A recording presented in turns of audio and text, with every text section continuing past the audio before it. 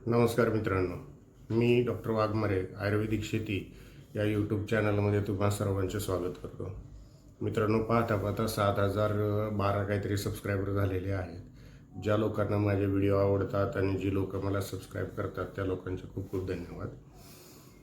मित्रांनो, मी प्रत्येक व्हिडिओ हा ग्राउंड लेवललाच बनवत असतो. कोणत्याही गोष्टीची अतिशयोक्ती माझी कधीच नसते आणि हे तुम्ही पाहता, कदाचित त्याच्यामुळेच तुम्हाला माझे व्हिडिओ आवडतात.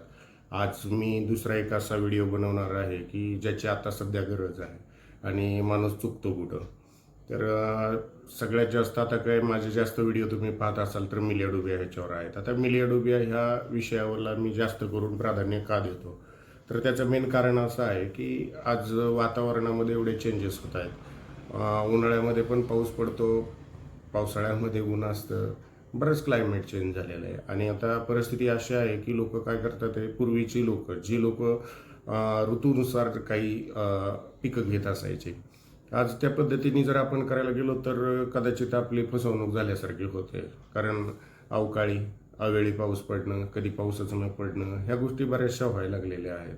तर आता माझं एक वैयक्तिक मत असं आहे की ज्या लोकांना 4 एकर 5 एकर क्षेत्र आहे, अशा लोकांनी किमान एखादा एकर तरी वनशेती या विषयामध्ये थोडासा प्रयोग करणं आवश्यक आहे. आणि वनशेती हा विषय का घ्यायचा, कारण काय आहे की वनशेतीमध्ये, तर मी जास्त करून मिलियाडोबियाविषयी बोलणार आहे. कारण वनशेतीमध्ये काय होतं की मिलियाडोबिया ही जी झाडं आहेत, आता याच्यामध्ये 3 व्हरायटी आहेत. तर ह्या 3 व्हरायटीचे मी पाठीमागच्या एका व्हिडिओमध्ये मी डिटेल्समध्ये माहिती दिलेली आहे की मिलियाडोबियाचं ओरिजिनल झाड आपण कसं ओळखायचं. तर त्या विषयाला आता मी काय बोलणार नाही. आता विषय हा आहे की हा चालू महिना कोणता आहे, तर एप्रिल महिना आहे. आणि मी बऱ्याचदा व्हिडिओमध्ये सांगत असतो की एप्रिल किंवा मेच्या पहिल्या आठवड्यामध्ये मिलियाडोबियाची लागवड होणं आवश्यक असतं. आता हे का सांगतो, कारण पहा, जे रोप दिलं जातं आपल्याला, ते रोप असतं प्लॅस्टिकच्या पिशवीमध्ये आणि त्या रोपांनी माती पकडलेली नसते, म्हणजे आपल्या जमिनीची. कारण आपण ते रोप घेतो आणि तसंच आपल्या जमिनीमध्ये लावतो.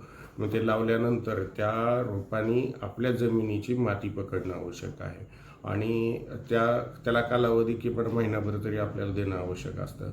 मग ती रोपं ज्या वेळामध्ये माती पकडतात त्या वेळामध्ये येणारं वादळ वारं पाऊस ह्या सगळ्या गोष्टींशी लढण्याची एक त्याच्यामध्ये थोडीशी ताकद निर्माण होते, कारण ते उभं राहिलेलं असतं. आणि जनरली काय करतात की लोक जून किंवा जुलैमध्ये लागवड करण्याचा प्रयत्न, पाऊस आला की मग आपण लागवड करू, तर तिथं कुठंतरी चूक होते. कारण आज बऱ्याच शेतकऱ्यांचं मी पाहतोय की ज्यांनी 500 झाडं लावलेली आहेत, तर आज तिथं पाहायला गेलं तर 300-350 झाडं भेटतात. मग ही 150 झाडं कुठे गेली, तर ही 150 झाडं अशाच कारणांमुळं नाहीशी झालेली आहेत. आता याच्यामध्ये काय होतं की तुम्ही सुरुवात कधी करता ह्याला महत्त्व आहे. कारण एक साधं कॅल्क्युलेशन आहे की तुम्ही जर झाडं बघा, 1 एकरामध्ये लोक तुम्हाला काहींनी लावलेत 1000 झाडं लावलेत, काहींनी 800 झाडं लावलेली आहेत. तर ह्याचं व्यवस्थित मेजरमेंट काय आहे की मी पाठीमागे एका व्हिडिओमध्ये सांगितलेलं होतं तुम्हाला की 15x15 का 10x15 असं काहीतरी सांगितलं होतं. पण त्याच्याही पेक्षा आज वेगळं कॅल्क्युलेशन मी देणार आहे, ते म्हणजे आहे 8x16. तर 2 झाडांमध्ये 8 फुटाचं अंतर ठेवा आणि 2 लाईनमध्ये 16 फुटाचं अंतर ठेवा. कशी सर्व झाडांची सारखी वाढ होत नाही ते आपण पाहूया. कारण का मी ते झाडांना ऊन, पाणी आणि हवा ह्या तिन्ही गोष्टींची आवश्यकता असते. आता ज्या लोकांनी याच्या लागवडी केल्या त्या लोकांना काही समाज पटेल, कारण त्यांची झाडं जी आहेत ती बांधाच्या साईडची जी झाडं आहेत कडेची, तर ती झाडं खूप चांगली आलेली आहेत, त्यांची साईज पण छान वाढलेली आहे. आणि मधली झाडं जी आहेत तर ती झाडं थोडीशी कमजोर आहे. त्याचं कारण काय आहे, कारण एका झाडाची सावली दुसऱ्या झाडाच्या बुडांना पडते, त्याच्यामुळे त्याला ऊन पाहिजे तसं भेटत नाही. मग माझा मुद्दा काय आहे की तुम्ही 8x16 जर लागवड केली तर त्याच्यामधून तुमच्या पूर्ण झाडांच्या बुडांवर ऊन राहणार आहे आणि त्याच्यामुळे झाडांची ग्रोथ चांगली होणार आहे. आणि लागवडीचा हाच महिना आहे साहेब. काय ज्यांना लागवडी करायच्यात ना त्यांनी प्रयत्न करावा. आणि का करावा, कारण याला कोणत्याही पद्धतीचं खत, औषध, फवारणी, खुरपणी हे कोणताही विषय नसतो. राहिला दुसरा विषय की हे पीक घेऊन जाण्याचं, तर मी स्वतः तर खरेदी करतोच आहे. माझ्यासारखे अनेक लोक असे आहेत मार्केटमध्ये की ते तुमच्या शेतात येऊन त्यांचं ते कटिंग करतात आणि माल घेऊन जातात. मग त्याचा जो रेट असेल त्यावेळेचा आता काही लोकांच्या कमेंट येतात की काय रेट आहे, तर रेट जो असतो तो कालावधाने काय कालांतराने तो बदलत असतो. तर आज जर मी तुम्हाला सांगितलं रेट आणि हा व्हिडिओ जर तुम्ही 2 वर्षांनी पाहिला तर कदाचित तुम्हाला वेगळं वाटेल की हा काहीतरी खोटं सांगतोय. त्याच्यामुळे मी रेट सांगत नाही. जो मार्केट रेट चालू आहे तो रेट तुम्हाला त्या वेळामध्ये दिला जातो. मग याचं काही तुम्हाला कुठं ते माल घेऊन विकायला जायची गरज नाही. स्वतः व्यापारी तुमच्याकडे येत असतो. आणि जर खोटं वाटत असेल तर मला लोकांनी कमेंट करा, नंबर द्या किंवा मला डायरेक्ट कॉल करा. मी तुमचा माल खरेदी करतो का नाही हे तुम्हाला पाहायला मिळेल. याचा अर्थ काय आहे की ज्या पिकाला खतपाणी नाही, खुरपणी नाही, परत कोणत्या पद्धतीची फवारणी नाही, जास्त काळजी घेण्याची आवश्यकता नाही, शेतामध्ये नाही लावता आलं तर तुम्ही त्याच्या बांधावर लावा, कारण याचा कालावधी आहे 6 वर्षाचा. जर तुम्ही व्यवस्थित झाडं लावलीत, चांगल्या व्हरायटीची झाडं लावलीत तर ती तुमची 5 वर्षामध्ये सुद्धा तो प्लॉट काढता येतो.